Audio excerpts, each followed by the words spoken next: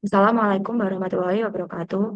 Kami dari kelompok 10 ingin mempresentasikan tentang bahan kimia nilon yang beranggotakan yang pertama yaitu Siti Nurhasana, kedua Karisma Anggi Ardani, dan ketiga Ahmad Jabir.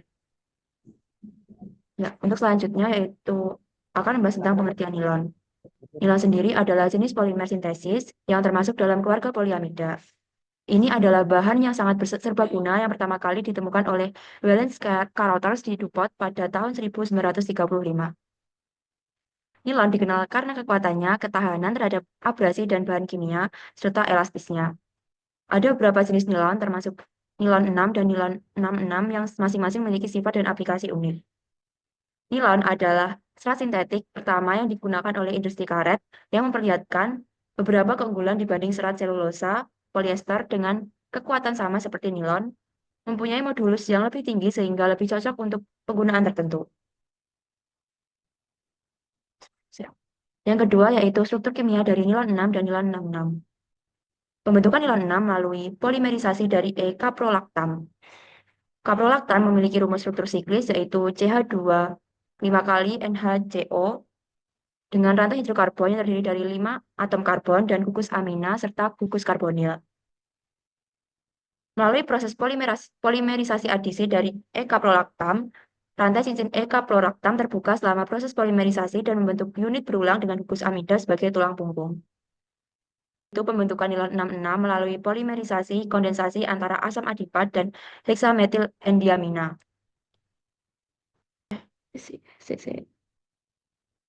Asam adipat yang memiliki dua gugus asam karbosilat di ujung rantai. Struktur ini menunjukkan 4 atom karbon di antara dua gugus COOH, sehingga totalnya 6 atom karbon. Selanjutnya yaitu heksametil endiamina yang memiliki dua gugus amina di ujung rantai. Struktur ini memiliki 6 atom karbon di antara dua gugus NH2. Reaksi polimerisasi terjadi antara gugus karboksilat COOH dari asam adipat dan gugus amina NH2 dari heksametil endiamina. Setiap kali gugus-gugus ini bereaksi, terbentuk ikatan amida dan dihasilkan air sebagai produk sampingan. 66 mengacu pada jumlah atom karbon dalam kedua monomer, 6 karbon dari asam adipat dan 6 karbon dari heksametil endiamina. Jadi nilon 66 terbentuk melalui penggabungan berulang dari dua monomer ini dengan ikatan amida sebagai tulang punggung polimer. Yang ketiga yaitu kegunaan nilon. Nilon dapat digunakan dalam berbagai aplikasi seperti tekstil, tali, alat listrik, roda gigi, knop, dan shock absorber. Nilon digunakan dalam berbagai aplikasi mulai dari tekstil seperti pakaian dan karpet hingga produk industri seperti tali, jaring, dan bagian-bagian mesin. Sifat-sifatnya yang kuat dan tahan lama membuatnya ideal untuk berbagai kebutuhan fungsional dan komersial. Nilon memiliki sifat yaitu memiliki kekuatan berkisar dari 8,8 gram per denier sampai 4,3 gram per denier dan daya mulur berkisar dari 18% sampai 45%. Kekuatan basahnya 80 sampai 90% dari kekuatan kering nilon mempunyai tahan kekukan dan gosokan yang tinggi. Tahan gosokan nilon sekitar 4 sampai 5 kali tahan gosok wol. Nilon mempunyai elastisitas yang tinggi 22%. Pada penarikan 8% nilon elastis 100% dan pada penarikan sampai 16%, nilon masih mempunyai elastisitas 91%. Dan selanjutnya yaitu merupakan bahan baku pembuatan nilon. Nilon dibuat dari bahan baku yang berbeda tergantung pada jenis nilonnya. Untuk yang pertama yaitu nilon 6, yaitu di bahan baku pembuatannya yaitu kaprolaktam. Ini adalah monomer utama untuk nilon 6. Kaprolaktam adalah senyawa kimia berbentuk cincin yang digunakan dalam proses polimerisasi untuk membuat serat nilon. Yang kedua yaitu nilon 66, bahan, bahan baku utama pembuatannya adalah heksametil endiamina dan asam adipat. Heksametil endiamina ini adalah salah satu dari dua monomer utama untuk nilon 66. Heksametil endiamina adalah senyawa kimia berbasis amin. Yang kedua, asam adipat. Ini adalah monomer kedua untuk nilon 66. Asam adipat adalah senyawa asam dikarboksilat. Proses pembuatan nilon melibatkan reaksi kimia antara monomer-monomer tersebut untuk membentuk rantai polimer panjang yang kemudian diubah menjadi serat atau bentuk lain yang diinginkan.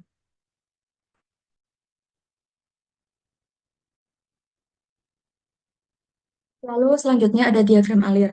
Kita menggunakan tahapan proses produksi nilon 6,6.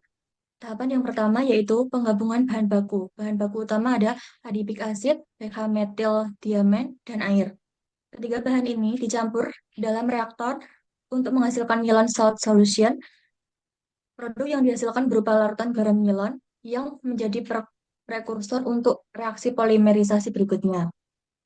Lalu tahapan yang kedua ada penambahan TiO2 sluri. Titanium dioksida ditambahkan ke dalam larutan garam nilon untuk mendelustrasi serat nilon. Penambahan ini mengurangi kilap dan memberikan tampilan serat yang lebih buram, sesuai dengan kebutuhan tekstil tertentu. Seluruh ini bercampur homogen dengan larutan garam, membentuk campuran siap untuk diproses selanjutnya. Lalu yang ketiga ada proses evaporasi. Larutan yang mengandung garam nilon dan TiO2 kemudian dipanaskan dalam evaporator untuk menghilangkan air berlebih.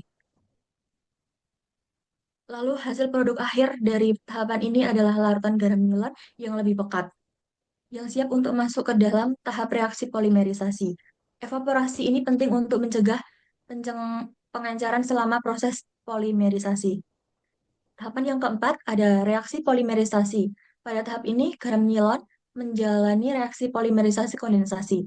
Kondisi operasi, reaksi dilakukan pada suhu tinggi, yaitu 250 derajat sampai 270 derajat Celcius, di bawah tekanan tertentu untuk memastikan reaksi berjalan sempurna.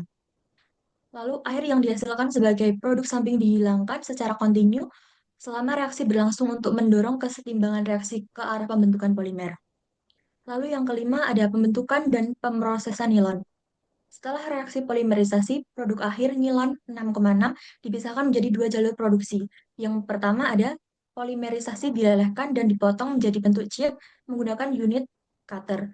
Lalu jalur yang kedua ada polimerisasi dilelehkan dan diekstrusi menjadi spinner untuk menghasilkan filamen nilon. Lalu ada pendinginan, serat nilon yang dihasilkan didinginkan untuk membentukkan filamen akhir yang stabil. Lalu yang terakhir ada polishing dan finishing. Polimer yang telah terbentuk melewati unit polishing untuk penyempurnaan seperti penghilangan residu atau penghalusan produk akhir. Produk akhir berupa chip nilon atau filamen nilon digunakan untuk berbagai aplikasi seperti tekstil, tali, kain industri, atau komponen otomotif. Lalu untuk reaksi utama kimia ada reaksi adipit, asid, dan hexamethyldiamine membentuk nilon salt, yaitu C6H10O4 plus C6H16N2 menjadi C6H12NH2 plus C6H8O4-min. Lalu ada reaksi polimerisasi menghilangkan nilon 6,6, yaitu C6H12NH2 plus C6H8O4-min menjadi min NH min CH2 min NH min CO min CH2 min CO plus NH2O. Lalu untuk keunggulan proses yaitu kontrol kualitas, penambahan TiO memungkinkan variasi dalam tingkat kilap sesuai kebutuhan pasar. Yang kedua, efisiensi. Pemisahan air selama reaksi memastikan reaksi berlangsung efisien. Lalu ada fleksibilitas, yaitu proses menghasilkan dua bentuk produk utama. Proses ini menghasilkan nilon 6,6 yang dikenal dengan sifat mekanik yang kuat, ketahanan terhadap suhu tinggi, dan stabilitas kimia, menjadikannya pilihan unggul untuk berbagai aplikasi.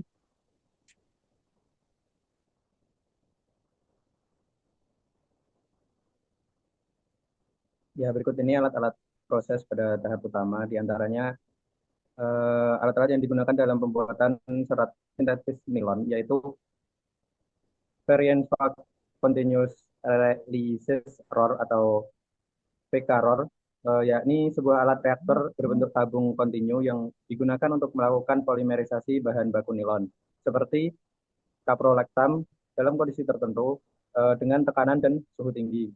Proses ini menghasilkan polimer sintesis yang akan menjadi dasar serat nilon.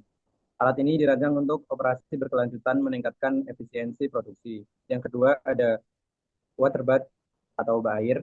Alat ini digunakan untuk mengontrol suhu selama proses tertentu, seperti pendinginan atau pelarutan. Dalam pembuatan nilon, water bath dapat digunakan untuk memastikan suhu tetap stabil selama proses reaksi atau pembentukan serat. Yang ketiga ada Ultipor U2 20Z yakni sebuah filter khusus yang digunakan untuk menyaring larutan atau bahan cair, memastikan tidak ada partikel atau kotoran yang masuk ke dalam tahap berikutnya. Ini penting untuk menjaga kemurnian dan kualitas serat nilon yang dihasilkan. Dan yang keempat, yakni ada rotary evaporator, yakni alat ini digunakan untuk menguapkan pelarut dengan efisiensi tinggi pada tekanan rendah. Dalam pembuatan nilon, rotary evaporator dapat digunakan untuk menghilangkan pelarut dari campuran reaksi sehingga hanya polimer yang tersisa. Nah, dari empat alat tersebut, setiap alat memiliki peran yang penting dalam memastikan proses produksi serat sintetis nilon dalam berjalan dengan lancar dan menghasilkan produksi dengan berkualitas yang tinggi. Prosesnya melibatkan reaksi kimia, kontrol suhu, filtrasi, dan penghilang larut yang semuanya membutuhkan alat-alat tersebut.